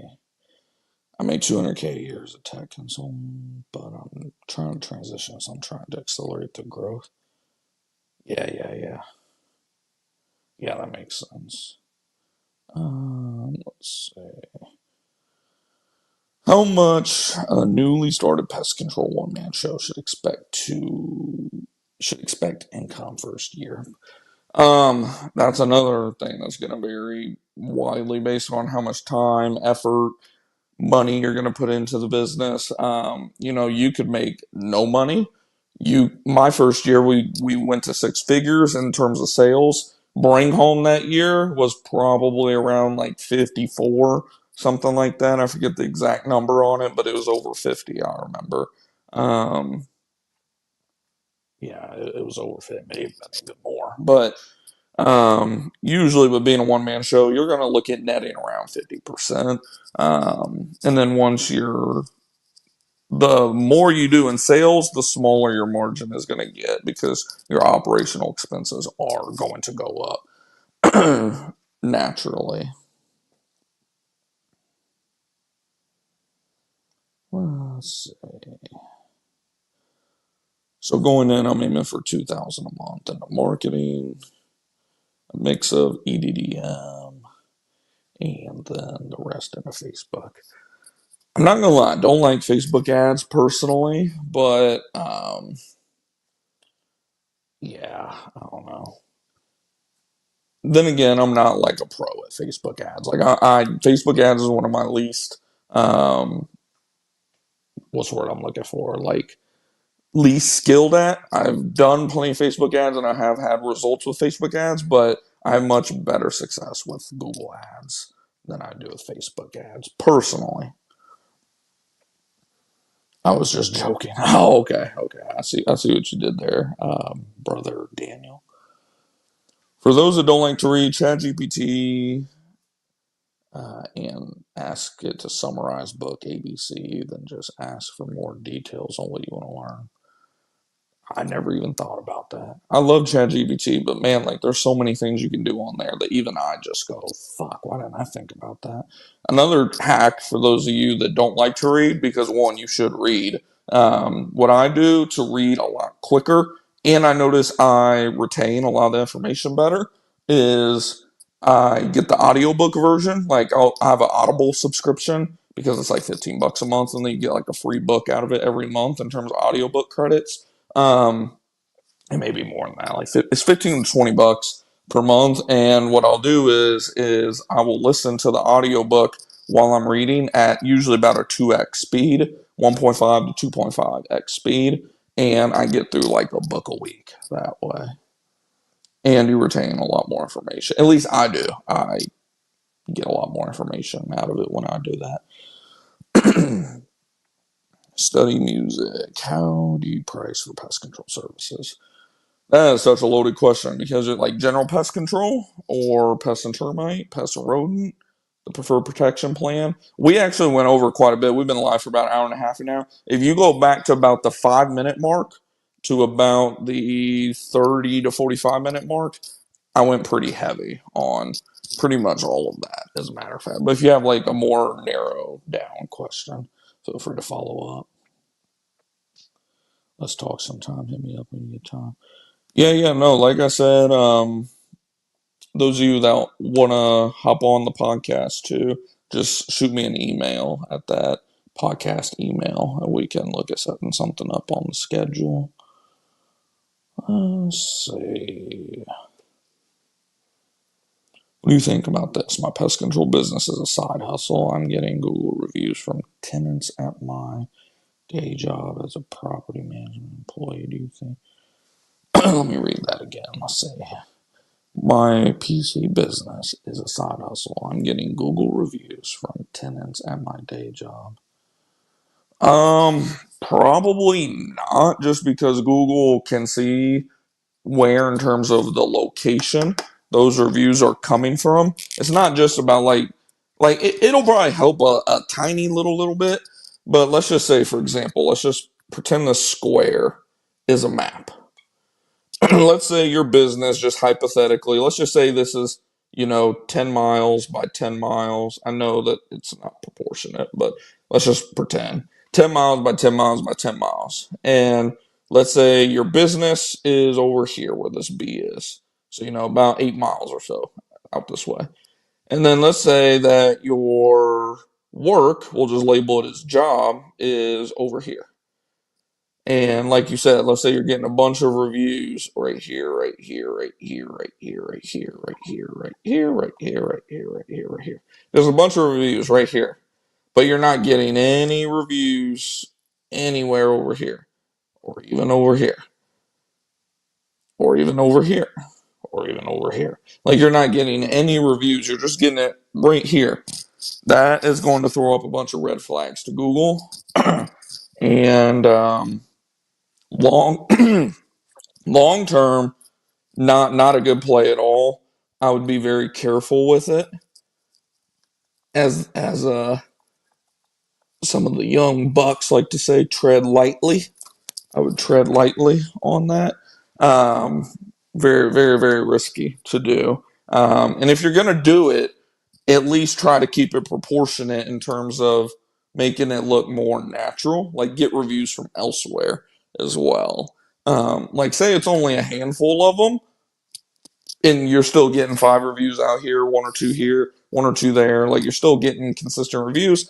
Probably not going to be a problem. But like say, like we said a second ago, let's say all those reviews are concentrated in that one area, and then you've only got like 1 or 2 or 5 or less reviews elsewhere. Also sporadic. There's a very good chance it could be an issue for you. When you think about cold call, email marketing, and B2B marketing, what others would be best? I'm not gonna lie, I haven't cold called hardly ever. I'm not gonna say I never have, but I hardly ever cold call. I will cold email from time to time, and I do email marketing and text message marketing, like we were talking about with Mailchimp earlier. And then obviously Google Ads. I love Google Ads and things of that nature. But and the Google Business Profile, focus heavy on that, which isn't necessarily marketing, but it is your digital interface of your business too. So, in terms of pest control, I cannot stress enough your what I like to call your digital assets, like your website, your social media, specifically your Google Business Profile, LinkedIn, Facebook profile, all these profiles. Get them as loaded up with good content, reviews, things of that nature, as much as possible. Even YouTube. Can't stress enough. Get yourself, if you don't have a YouTube channel for your business, I'm not saying you need to have a YouTube channel where you're just going live, hey guys, like doing what I'm doing right now. But because this isn't even my business page, I have a separate Preferred Pest Management YouTube channel. It's just a small channel. It's got like 30, 40 subscribers, something like that. Some of them are you guys, as a matter of fact. And it is strictly about the business, how we do mosquito service, what is Into Care. Matter of fact, if you go and type it on YouTube, like what is Into Care, how to use Into Care, things of that nature, you will find one of our videos pretty quickly. It's got like a couple thousand views, if I remember right. But whole point is you want to do videos and content around your business, because we get calls every year from our YouTube channel. So, max out all those organic ones and then start diving into more of these paid ones, starting with Google Ads, if I'm being completely honest.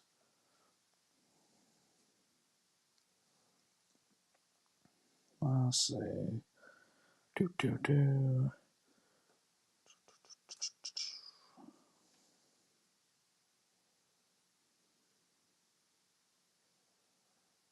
Oh, planning out HR expansion. I have not messed with HR stuff at all, so I'm not gonna lie. I'm probably not the right person to ask about that. I'm not quite there yet. Let's see. Audiobooks are incredible, and the personal growth one is the one I have to. Exactly. Yes, sir. Yep. I love listening while reading along. I get so much more out of it. What do you recommend for a website to be effective? It needs to load fast, very fast, ideally in under a second, 3 seconds at the max. What else? Obviously, have it linked to like Google Search Console, all of that stuff, so you can track what's working and what's not working.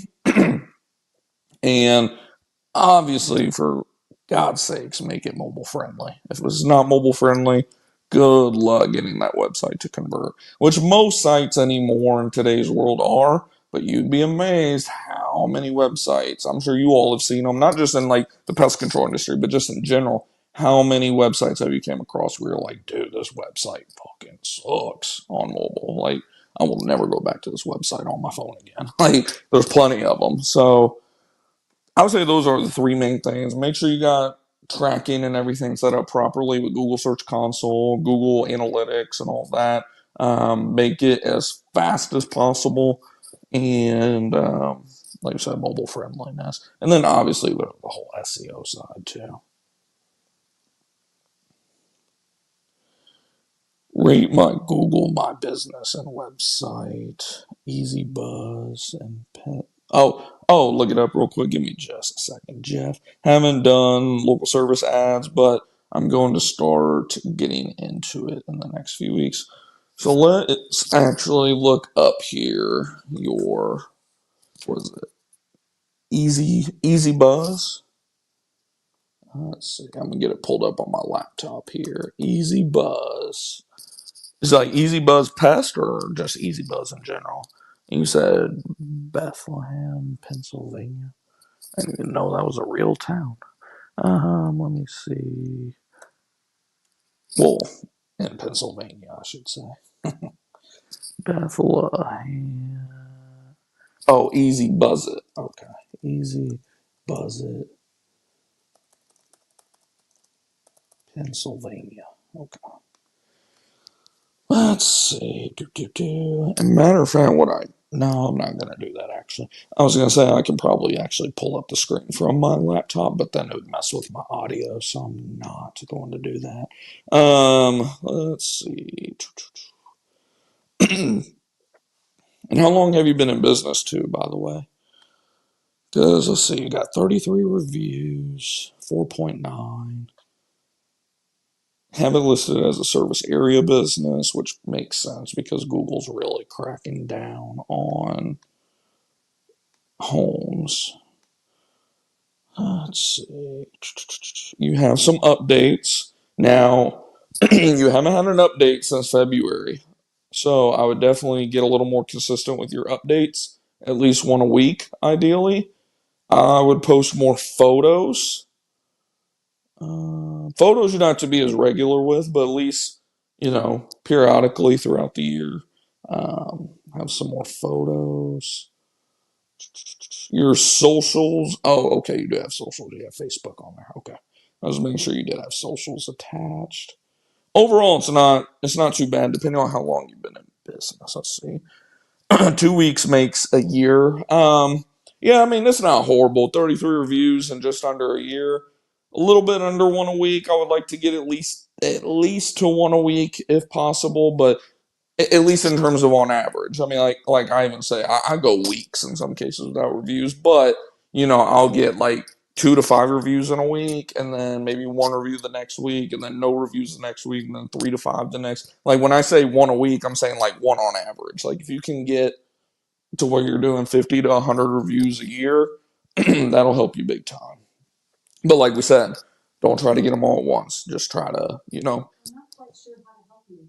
Man, that Alexa scared the hell out of me.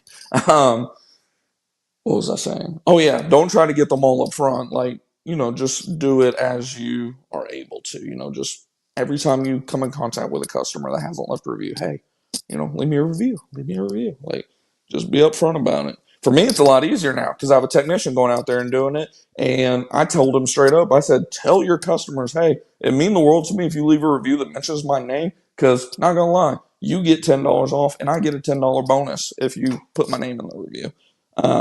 He's a little shy about doing that, but I was like, dude, I don't care if you do it. I was like, I'm telling you, that's how I would do it. I'd be like, you get $10 off, and then I get $10, win-win. Like, do it. I'll do it for you. Shit. Like, the main thing is just get those reviews, guys, for sure. Which, before everyone jumps down my throat about this, I know you're not supposed to pay customers for reviews. Am I really paying them, though? Whenever we're just saying, hey, we'll discount one service for you. Not even a service, just an invoice for you. Um, Obviously, that's a very gray area, too. But let's see. Oh yeah. We're still talking about Easy Buzzer. Yeah, like I said, overall it's not bad. It's not bad though. Let me hop on the website part two real quick for you. In terms of a scale of 1 to 10, I'd say you're at like a 7. Like there's definitely work to be done, like we were talking about, but it's not like the worst. I've seen some business profiles where I'm like, dude, no wonder you're not getting leads. Website looks very nice too, from what and now I'm looking at the desktop version. I'm not looking at the mobile. Um, so I don't know how mobile friendly it is. I'm assuming it is just based on how responsive it was. But overall, this looks very nice and oh yeah, very detailed on the homepage too. Your homepage is very, very optimized in terms of SEO and everything.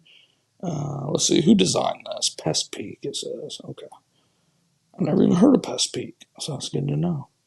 Let's see. Do you have a blog? Service areas, services. You do have a blog. Okay, cool. Let's check out the blog real quick. Seeing how often you do these blog posts. Do you only have 4 blogs, or is that just what? Oh, what happened? It said we can't access that page. Oh, here we go.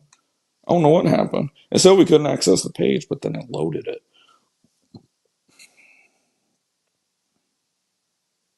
Oh man, that's a really long blog post. I'd probably get a little more. I would do more blog posts. I can already tell. I would do more blog posts. I would do just get in the habit of at least a couple a month. You'll never run out. Trust me, I've got hundreds on mine, and I'm still pumping out 1 or 2 a day, or not a day, 1 or 2 every couple days. Yeah, in terms of website, I'd even rate it better than your business profile. I'd probably give that a solid 8, maybe even a 9, to be honest. In terms of overall presentation of it and everything, like it's very, very good. Like I said, main thing that I would do is I'd work on the organization of the blog posts and whatnot. I'm gonna see if we get that issue again with the blog too, just to see if maybe that was just like a one-time issue, or is there an issue with the page? Okay, so it loaded that time, so that might have just been an issue with my laptop. Everything, yeah, it seems to be good now. Okay, cool. Yeah, I clicked on another one too to make sure it wasn't an issue. So yeah, no, everything seems to be good. I would just keep on posting them. Saw a page that had 4 call to actions: 3 call now, 1 email, contact us. Didn't have any nav at the hero banner. I'm wondering if you landed on a landing page. Did you click on an ad when you saw that, Eric, or was it Eric C, or is that a? But it had a blog and whatnot in the footer. It might have been a landing page, and they like I create landing pages on my website and I use code to remove the header and remove the footer. Some companies will leave the header, remove the footer, or remove the header, leave the footer. So you may have possibly landed on a landing page that isn't supposed to be seen, which this is what I hate about Google. You can tag a page as do not index, which means you don't want it showing up on the internet outside of like ads, and people will occasionally somehow still see that. I had that happen. The customer signed up with us, so I didn't really care at the end of the day. But we had that happen recently. I saw that we got the call, and it CallRail tagged it as from that page. Went into my Google Ads, and it never updated as like we had no clicks that day, no conversions, nothing. Didn't pay for a click or nothing, so it wasn't a tracking issue. She literally somehow found that page um, through Google. So that could have been what happened there. Can you do? I'm losing you guys. Where'd y'all go? Can you do local service ads without an LLC? No, because you have to have a proof of insurance and licensing and things of that nature. I'm gonna catch up with some of these questions first before we check out any more websites and landing pages and stuff like that. Let's see. What is the loaded cost rate you pay for the technician? Oh, loaded in terms of like insurance and like insurance on the vehicle costs, like fully loaded, or how? If you're saying fully loaded, which I'm thinking you are, I mean I have the number somewhere, but the pay rate on him right now is 20%. He gets 5% on anything that he sells, start to finish. Um, what else? He gets the bonuses on reviews that mention his name. I feel like I'm missing something too, but that's just in terms of pay. Um, and then of course, the truck is like 400 a month. Insurance didn't add an awful lot. It was like a couple $100 every 6 months. Like it wasn't crazy. Uh, I know I'm probably missing some stuff. I'm just trying to give you at least an idea. Of course, you have payroll taxes. That's been a couple $100 every pay period. I would say all in all, out the door, depending on the production month. On a low month, a really, really low month of barely hitting production, I would say in the neighborhood of, gosh, at the minimum, probably $5,000. And then on a really good month, which is good for both of us, probably upwards of 10, 5 to 10. Probably not quite 10, but 8 or 9, 5 to 9, I would say. What do you think about the home page that doesn't have a nav bar? Was it a home page or was it it was a regular page? Um, yeah, it's hard to say. Where's the best place to get a website built? Just make sure it's a WordPress website is the main thing. If it's not a WordPress website, I don't want it. I love WordPress. WordPress is by far the best. Wix and Squarespace are like the next tier. Like if you're not going to go WordPress, I would go either Squarespace or Wix, probably is the next options. But WordPress is the gold standard. As for builders, I'm not the guy to ask. I had GorillaDesk help us out with building ours, and then I took it over. So I use Thrive. That's right. That's right. Thrive. My estimate is roughly 30 to 35 an hour, fully cost rate. Oh yeah, I didn't break it down in terms of hourly because it's paid production, but I know because he's the only one that's being paid like this because he has a lot of experience. He owned his own pest control company in the past.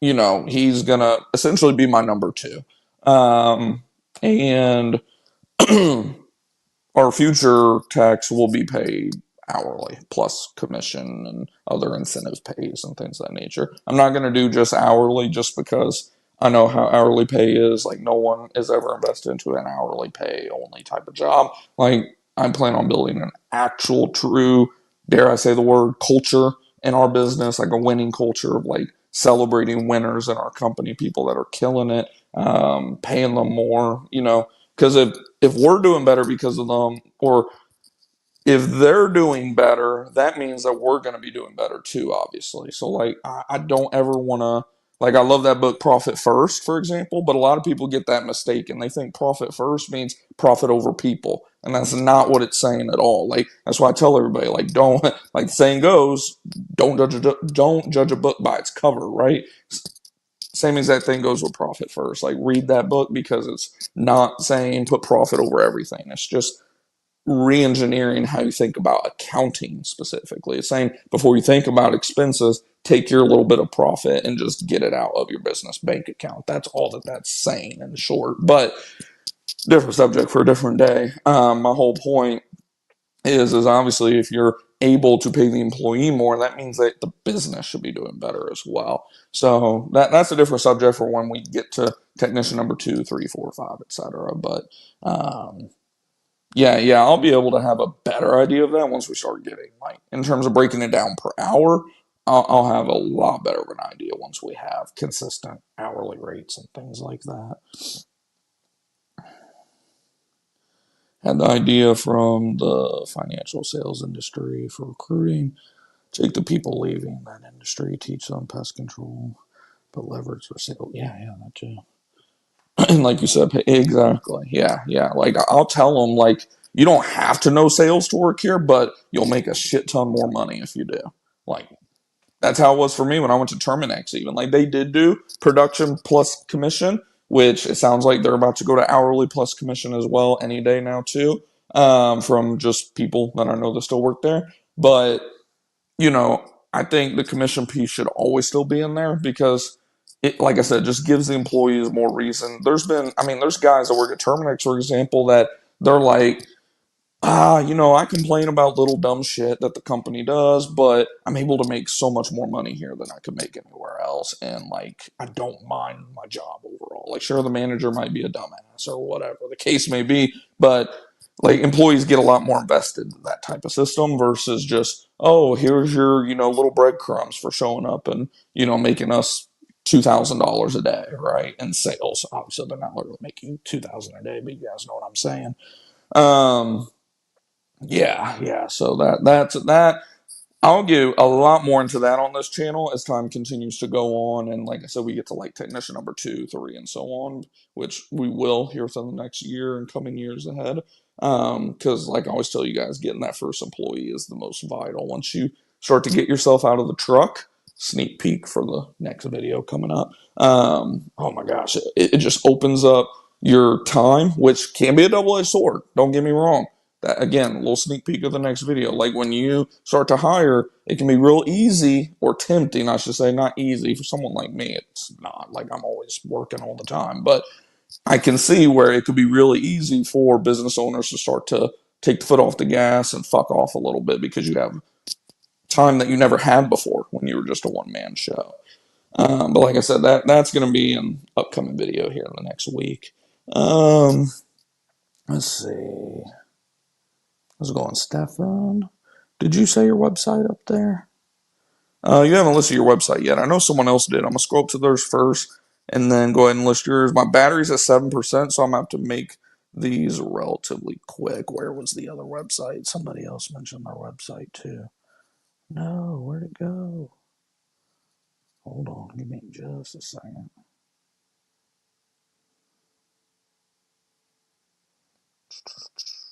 Where did it go?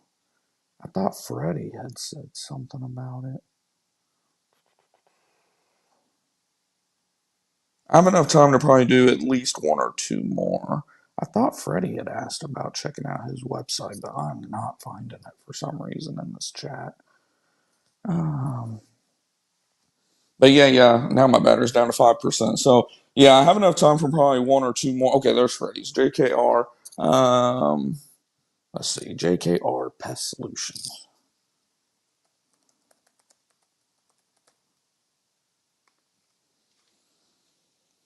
Let's see. Oh, you got like 20 Yelp reviews too. Good shit. All right, so we got 5 reviews. How long have you been in business too? I forget.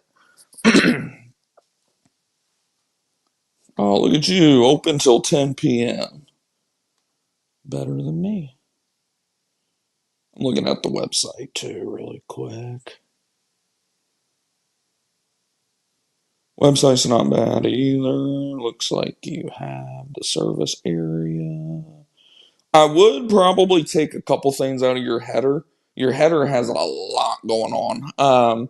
Like where it says pest control, rodent control, bedbug control, additional services. Condense all that just to say like our our services. I know there's some that will say, which I've even listened to in the past, that say like, oh, list as much of your important pages in the header. As long as it's in the menu of the header, it's doing the same thing. So I would condense all that. I'd probably put coupons and offers in your footer instead of the header as well. And then probably same thing with location. Pretty much I would want to have contact us, about us, home, services, and then I would probably even have like a locations. Or maybe that's what your location one is. Let me double check here. Okay, I think it is. Okay. Never mind. Then that location one is fine. I'd probably label that one like service area, assuming that's what I think it is. Overall, that looks pretty good. I can't tell if you have a blog. That'd be one more thing I would add to either the header or footer. Um, cannot tell. Is it in your About Us, maybe? About Us. It doesn't look like you have a blog, so I would probably add a blog and start posting that bad boy religiously. But yeah, overall, that's not bad. The website, I'd give it, what's going to knock your points down the most is not having the blog, from what I can tell. So, assuming it doesn't, which it doesn't look like it does, I would give the website a. The blog's going to take off quite a bit. I'd probably say a 6.5. You get the blog up and going and optimized, probably bumps it up to a solid 8 at that point. Because the thing is, like, pretty websites and stuff too. Like, some people, on the flip side, they focus so much on making their website pretty that it doesn't operate well. Which you do not have that problem because yours loaded fast for me and stuff. It seemed pretty responsive. So, like, I don't really see issues with it.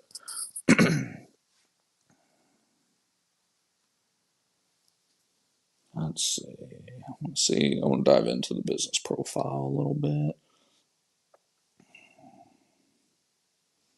Good. I see it looks like you're posting updates regularly. You got your profiles. You got a YouTube channel. That's good. That's good.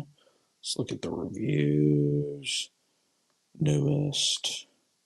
You had a review 2 days ago. That's good. 4 days ago. Good. 6. Good.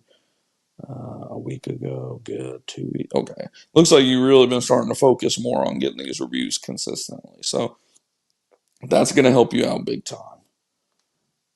That's going to help you out big time, continuing to do that.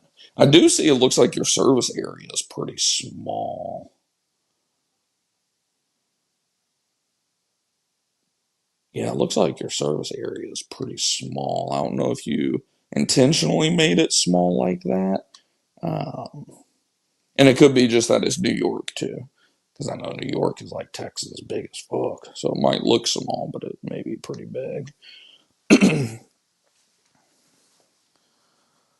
Let's see. Appreciate the input on the website. Oh, yeah, yeah, no problem. Let's see. That's the thing. I'm not trying to bypass the truck entirely. Um, but my goal is to own the business first and be an applicator second. Yeah, I mean, another book I'm reading, it's in my room right now because that's where I was reading it last. A book I'm reading right now, The E-Myth. Amazing book. I'm not even done with it yet, but it's already amazing. I'm only about halfway or so, just over halfway through it. Amazing, amazing book. Who's it by? I think Michael Gerber, if I remember right. I might be saying it wrong, but I believe his first name's Michael, something like that. But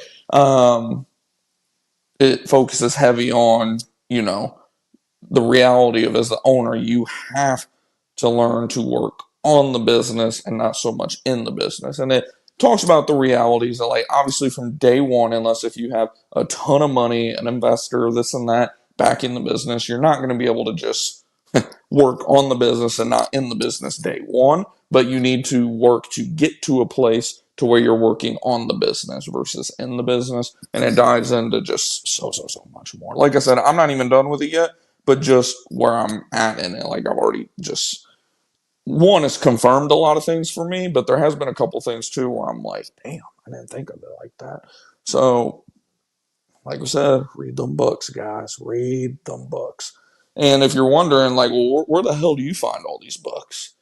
Um, one, believe it or not, that is one area that I will pay attention to these gurus on the internet on because a lot of them they're full shit. Like always verify that who you are taking advice from has some type of a business, what they're doing. Like you can look up their businesses, what they've done, things of that nature. And then from there, what I'll do is once I learn that okay, this is a real person that isn't just full of shit, like the Dan Martells and Andy Frisillas and Alex Hormozi's, things of that nature. I will figure out, okay, what books, what people do they study? And from there, you know, I just compile a big list. I'll use Chat GPT too. I'll be like, what books has such and such came out with? What books are there about such and such? You know, it goes so deep. Like before you know it, you have a list. That's why I bought a bookshelf. If you all have watched my videos recently, you probably noticed there's a brand new tall ass bookshelf in the background because I've gotten to the point where I've been ordering so many books that I just don't have enough space for all the books that I'm ordering. So like speaking of Dan Martell, like he says, the wealthy own libraries, broke people own big screens. So, ironically, I have a freaking 85-inch TV because I have a sports addiction, specifically with football and basketball, but different topic for a different day. But I know we went off on a little tangent there, but can't stress it enough, guys. Read, read, read. Even if it's like 10 pages a day, you know, 10 pages, 20 pages, 5 pages, like just get in a daily habit of reading. Do I read every single day? No. Well, lately, yes. Last 2 or 3 months, yes. But, you know, do I read every single day? No. There has been a day or two where just, you know, day gets ahead of you and you just lose track of time and you got to go to sleep. But, you know, get in that daily habit of make it just a daily ritual of yours. Like, wake up first thing in the morning, read 5 pages, read 10 pages, just whatever you can do in 5 to 10 minutes. Just make it a daily habit. And then you'll start to notice whenever you find books that you are actually taking valuable information from, you can sit there and read it more and more and more. Next thing you know, you've been reading it for an hour and you're like halfway through the book already in some cases. So just like YouTube, right? You find a YouTube creator or two or three here and there that you like, you can sit there and watch a 2 hour stream or whatever the case may be because you're getting information that's worth that time. So Eric's got to run. Yeah, no problem. Yeah, we're going to be hopping off here in just a second, too, because I'm now down to 3%. So we will be hopping off here in just a second. But let me see if we got any last second comments. Scaling fast in areas I'm currently in, creating a full route. Gotcha. So there's okay. I get what you're saying. My Google ad was a mess and I lost a huge amount of money. You're going to lose a lot of money on Google Ads. I'll be upfront. Let me just tell you what I've spent all time on Google Ads really quick. Let's see. We're going to go to Google Ads. We're going to pull up. Oops, I have to refresh because it's been over 24 hours. Come on. All right, so today we had 2 clicks. And as far as I know, no conversions. 2 clicks at $53. Let's see, both within the last hour, as a matter of fact, between 8 and 9 o'clock. I'm gonna do all time. Oh, why is it only showing? I want it to show all. Oh, because I have it set to only enabled all campaigns. There we go. Okay. So all time, I have spent just under $9,000 on Google Ads, and that has gotten us. Let's see, we've 725 clicks. I have it set on like impressions and stuff, so I'm having to like get the conversions and everything pulled up here.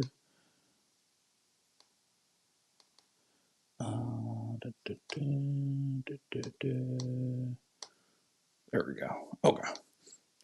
Okay, so yeah, on 8.9K, which is, 8,900 bucks, 725 clicks all time on over 458,000 impressions has gotten us 89 total conversions.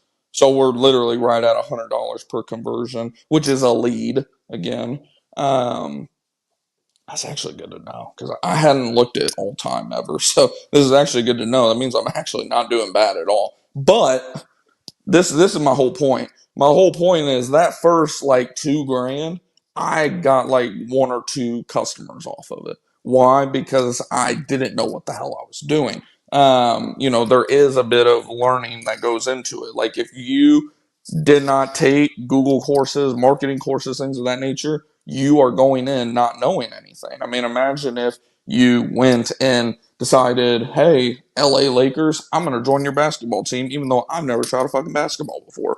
Like, you're going to look awful, right? But same thing with advertising. Like, if you go in there and you have no experience, like, it's going to be hard early on.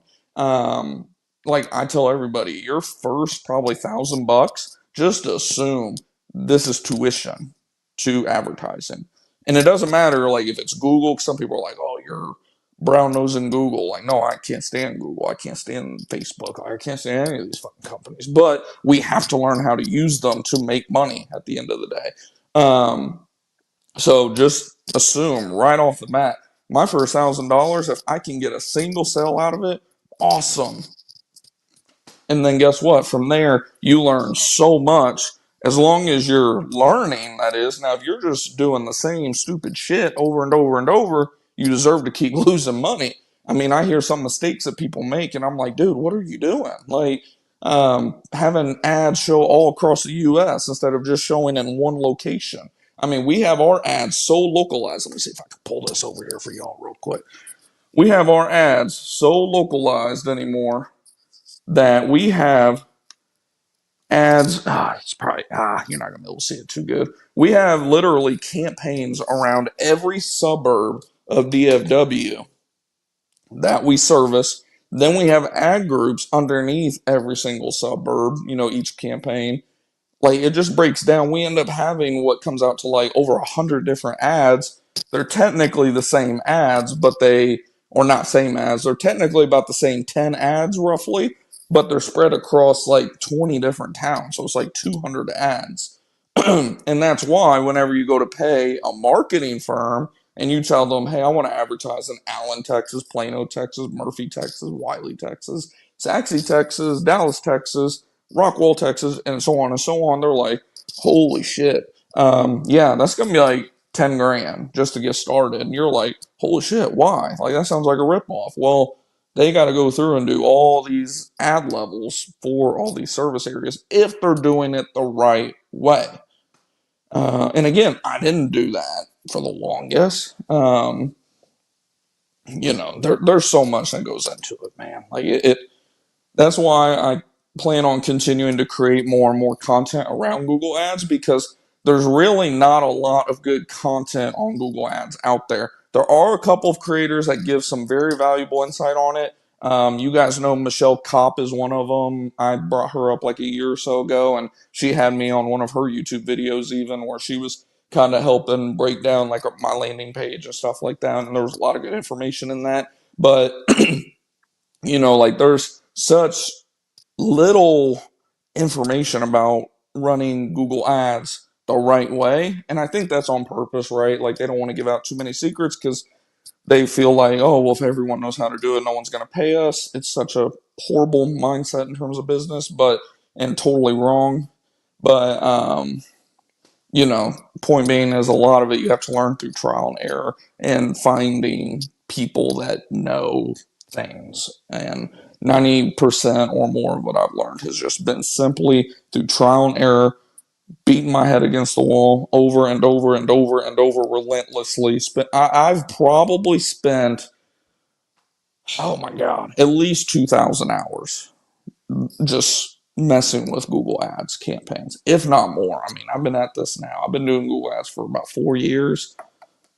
No, I'd probably say I spent 10,000 hours at this point, maybe more. I mean, I don't know. I'm trying to be conservative, but emphasize enough just how much I've had to put into Google Ads just to get to where I'm at, and I'm still not happy where I'm at. We're paying about across the lifetime of my campaigns, $100 a lead, unacceptable. But I had to take into consideration too. Like I said, first 1 to 2,000 of that was wasted ad spend too. So yeah, I think that's a good point to leave off. Left you all with some banger information about Google Ads as well. Like we said, we went over a lot in tonight's stream. As a matter of fact, we went over 2025 pricing of our pest control services. We went over Google Ads. We went over some of your all's websites and Google business profiles and all this crazy. I don't even know. We went over so much tonight. We've been live for over 2 hours now. So if you haven't hit the thumbs up button yet, what am I even doing this for? Do me a favor and just smash the thumbs up button. Like I said, if you know anybody that could benefit from it, do me a favor and just share it with them. Stefan, next time. I don't think you ever put your website in. I asked if you could put it in here. Would you mind reading my website? Yeah, you haven't posted it in here. I was waiting on that too. But yeah, my phone's at 2% now, so I gotta hop off here. But definitely, I'll be posting these lives in terms of scheduling them in advance a lot more frequently. I plan on doing at least one or two a week, ideally for you guys. So obviously, if you're not already subscribe and hit the bell icon. That way you'll be notified when we go live. And then obviously, don't just hit the bell icon. Go into your phone settings and make sure your YouTube notifications are on. Otherwise, you won't get notified when we go live. And the easiest way to be notified too is join our Discord or Facebook group because I post the live streams when I schedule them in those groups as well. That way, you have multiple chances of being notified about that. And then, of course, if you guys have any questions or anything after this goes from a live to a video, you can post them in the comments down below. I appreciate you guys as always. Go crush it this week, and I will see you in the next one.